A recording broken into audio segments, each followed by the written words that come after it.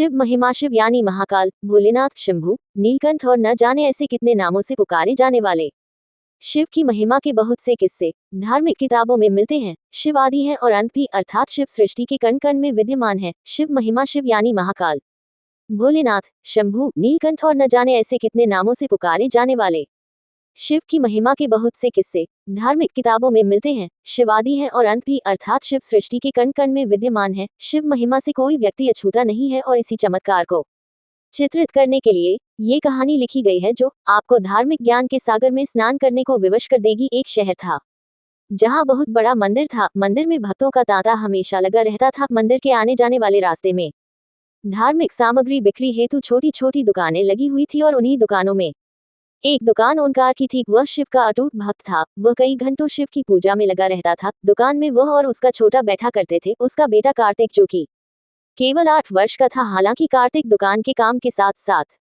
अपनी पढ़ाई में भी बराबर ध्यान देता था, जिस वजह से वह अपनी सभी कक्षाओं में अच्छे अंकों से उत्तीर्ण होता आया था। ओंकार अपने बेटे से बहुत प्यार करता था। ओंकार की पत्नी कार्तिक को जन्म देते ही दुनिया छोड़ चुकी थी। बचपन से कार्तिक को ओंकार ने माँ और बाप दोनों का प्यार दिया था। कार्तिक अपने पिता का आज्ञाकारी बेटा था। वह घर के काम के साथ साथ दुकान का भी काम संभाल लेता था। उनकी जिंदगी बहुत मजे से चल रही थी। लेकिन एक दिन नगर निगम का ऐलान होता है कि मंदिर परिसर से सभी दुकानें हटाई जाएंगी। इसका सीधा मतलब था, जिसकी स्वयं की जमीन होगी वही यहाँ धंधा कर सकता था। ओंकार अपने घर में पूजा कर रहा था। जैसे ही उसे यह बात पता चलती है, उसके पैरों तले जमीन खिसक जाती है, क्योंकि मंदिर परिसर की वह दुकान उसकी रोजी रोटी थी और उस दुकान के अलावा उसके पास आमदनी का कोई और जरिया नहीं था। वह तुरंत भगवान शिव के सामने बेसुध होकर लेट जाता है। ओंकार की आंखों में आंसू आ जाते हैं और वह शिव भगवान से कहता है, क्यों दे रहे हो मुझे इतनी तकलीफ प्रभु? क्या मैंने कोई पाप किए थे?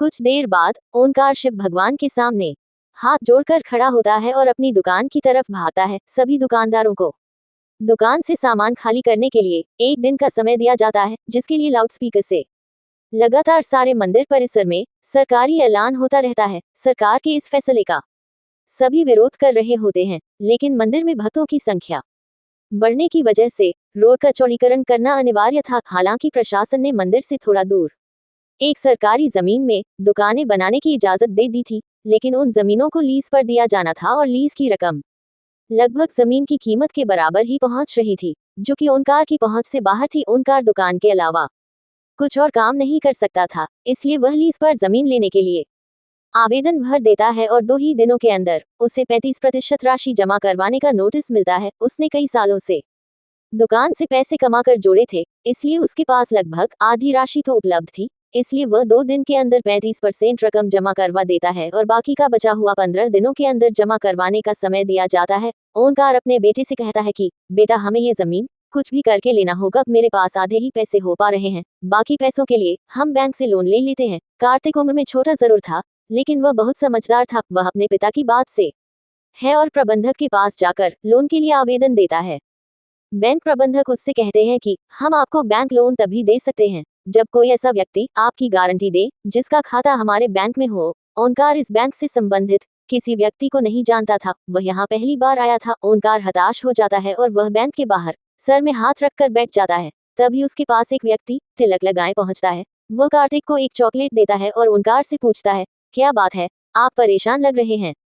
ओंकार अपनी समस्या उसके सामने रख देता है। तभी वह व्यक्ति कहता है, बस इतनी सी बात है, चलिए मैं आपकी गारंटी देता हूँ, मेरा भी खाता इसी बैंक में है। ये बात सुनते ही ओंकार के चेहरे में चमक आ जाती है। वह जल्दी से अपने कागज लेकर बैंक के अंदर दोबारा चल देता है। ओंकार अंदर पहुंचकर बैंक प्रबंधक के सामने गारंटी के तौर पर इसी व्यक्ति को प्रस्तुत कर देता है और सारी प्रक्रिया होते ही ओंकार को बैंक से लोन मिल जाता है। लोन मिलते ही वह भोले बाबा को प्रणाम करता है और जमीन का पंजीकरण करवाने के लिए राशि नगर निगम में जमा कराने पहुंच जाता है। राशि जमा होते ही ओंकार को जमीन दे दी जाती है। 2 दिनों के अंदर ओंकार लकड़ी की दुकान बनवा लेता है। ओंकार दुकान के अंदर सबसे पहले शिव की मूर्ति स्थापित करता है और इसके बाद अपने धंधे की शुरुआत कर देता है। उसे लोन चुकाने का टेंशन खाए जा रहा था। ओंकार की दुकान सबसे आखिरी में थी, इसलिए उसकी दुकान में कम ग्राहक पहुंचा करते थे। वह इतना भी पैसा नहीं कमा पा रहा था कि उसके प्रतिदिन के खर्चे पूरे हो सके। ओंकार परेशान रहने लगा। एक दिन उसकी दुकान में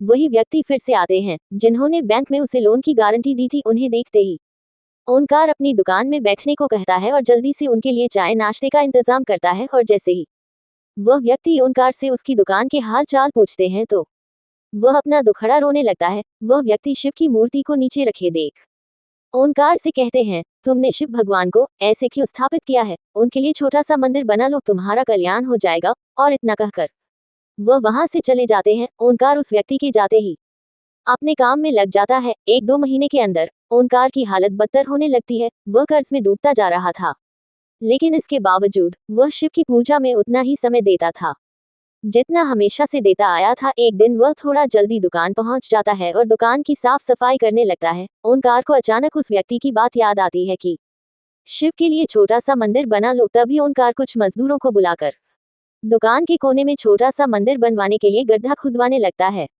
लेकिन बहुत प्रयास करने के बाद भी उस जगह पर गड्ढा नहीं हो रहा होता और जब मिट्टी हटाकर मजदूर देखते हैं तो वह दंग रह जाते हैं। उन्हें एक विशाल शिवलिंग का ऊपरी हिस्सा दिखाई दे रहा होता है और जैसे ही वह किनारे किनारे मिट्टी हटाते हुए गहराई तक जाते हैं तो सभी के पसीने छूट जाते हैं, क्योंकि यह कोई साधारण शिवलिंग नहीं था। इसका आकार बहुत विशाल था और इसका पत्थर फौलाद से भी मजबूत था। शिवलिंग निकलते ही दुकान के चारों तरफ से हजारों लोगों की भीड़ जमा हो जाती है। दूर दूर से लोग वहां शिवलिंग देखने पहुंच जाते हैं। शिव की इतनी बड़ी मूर्ति जमीन के अंदर से निकलते ही खनिज विभाग के लोग उसे जब्त कर लेते हैं। शिवलिंग को मंदिर की संपत्ति मानकर मंदिर में स्थापित कर दिया जाता है, लेकिन मूर्ति निकलने की वजह से ओंकार की दुकान की कीमत आसमान छूने लगती है। सभी ग्राहक उसी दुकान से सामान लेने के लिए लाइन लगाने लगते हैं। दरअसल लोग उस जमीन को शिव जन्मभूमि का अंश समझने लगे थे। है ने ओंकार का जीवन बदल दिया था और इसी के साथ यह कहानी शिव महिमा समाप्त हो जाती।